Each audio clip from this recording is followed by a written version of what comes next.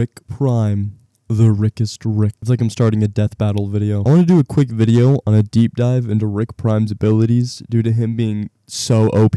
But he honestly hasn't been shown off too much in the show, so I want to see what his tech could be about. And before we proceed, I want to just say that we can assume that Prime Rick has every little bit of tech that we've seen throughout the show, and probably even better. That means he has a lot of tech that we have not yet seen. The first thing that comes to mind is the origin story of our Rick. This is where we learn that Prime Rick invented portal travel and offers other Ricks the ability of portal travel. This is where we also learn a great feat for our own Rick, which is that Rick C-137 and Prime Rick are the only two Ricks to actually invent portal travel. Now, this doesn't say too much just due to the fact that most Ricks have a portal gun, but it does speak levels that our Rick and Prime Rick actually invented it. One thing I want to mention before we leave this topic, just due to it being so small, during Rick's origin story, we do learn that he turns the offer of interdimensional travel down, which causes Rick Prime to toss a bomb that looks like, well, this, and it blows up his family. That's technically one of his feats and technology he's used, so I thought I'd throw that out there. Now, he is him.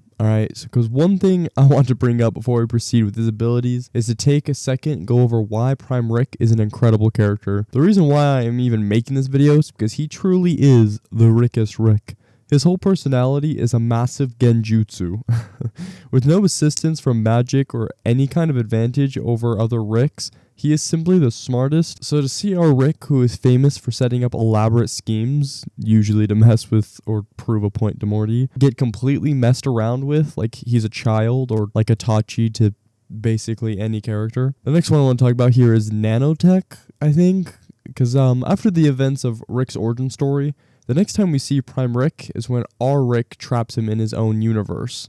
Wow, it's a lot of Ricks in one sentence. But he ends up finding his base. And at the end of the episode, we see Jerry slash Prime Rick's throat just to see his skin stretch and patch itself back together. At first, I instantly assume that when you super zoom into the skin, he has a bunch of little nano chips. Good examples of these are used in Marvel and Big Hero 6. Just think at a much smaller case here. And while I still believe this is nanotech in this specific example, I was confused about how it worked. When I saw Rick versus Prime Rick in the most recent season, I want you to watch this quick clip. It's pretty fast, so I want to break it down slightly. When Prime Rick counters our Rick's punch, he snaps his finger and in a sense summons an almost puppet-looking version of him. Now when I saw this, I at first thought he was just one of his many clones, but his clones don't look like these cheap knockoffs, so then I assumed that it's just Rick and Morty's version of nanotech. But on a rewatch, I realized that this isn't the first time we've seen this type of animation for Prime Rick's tech. Hell, even back when our Rick found his base, he threw down a device to show his base was invisible. Fast forward back to the fight, and you'll see Prime Rick snaps his finger once again and reveal that there is a ton of deathbots and giant Dianes. This either means that all of these machines were kind of just chilling there, but invisible, which would lead to the question, why would Prime Rick even remove the camouflage when, you know, they'd be much more effective if you couldn't see them. This leads me to what I believe is happening here, which is pocket dimension. I believe that Prime Rick has his very own pocket dimension, that all he has to do is snap his fingers and he can pull whatever he wants out of it. I think he built a bunch of these puppet-looking versions of him and a ton of these death bots and who knows what else at this point, and he can snap his fingers and pull out any tech he wants. Pretty cool feat, especially if you take into consideration that if Prime Rick cared and wanted to put up a real fight, he could not only pull out who knows how many deadly robots, but he could mimic the idea of Kamui, which comes from Naruto and is kind of Kakashi's own pocket dimension, but he could send people to it and also make himself invulnerable with it. Before we move on, I want to quickly circle back to that nanotech conversation. Still totally believe that he has nanotech and is using it, you know, all the time, because I mean, how can you explain what this is? Just to go over some quick notes that I feel isn't necessary to go over completely, but just to mention. So obviously we have the deathbots we mentioned earlier.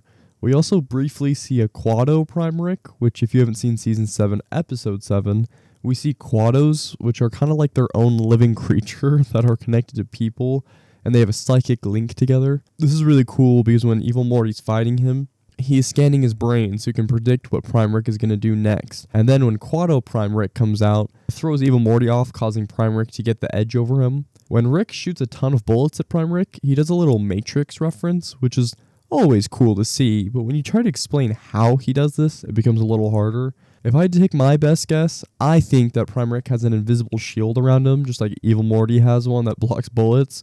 But when in range, rather than deflecting or blocking, you can kind of just control the gravity around him, or at least affect the gravity around him, which by saying that, you would assume that if Prime Rick can control gravity around him, he can also do longer range stuff. And while we haven't seen Prime Rick pull out gravitational powers, I like to think that he could have some sort of gravitational power, but is kind of just held back because he doesn't want to make Star Wars references.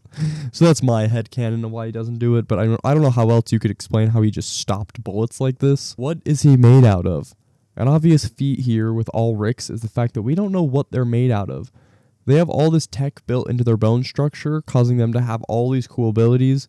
One cool thing we see in this episode is all the tech is compatible with each other. We actually see Prime Rick and our Rick swap limbs and accidentally connect to each other. Also, the guy, at least with his tech activated, is straight up not killable. Look what happens in this episode, and then look what happens, and then look how he gets up.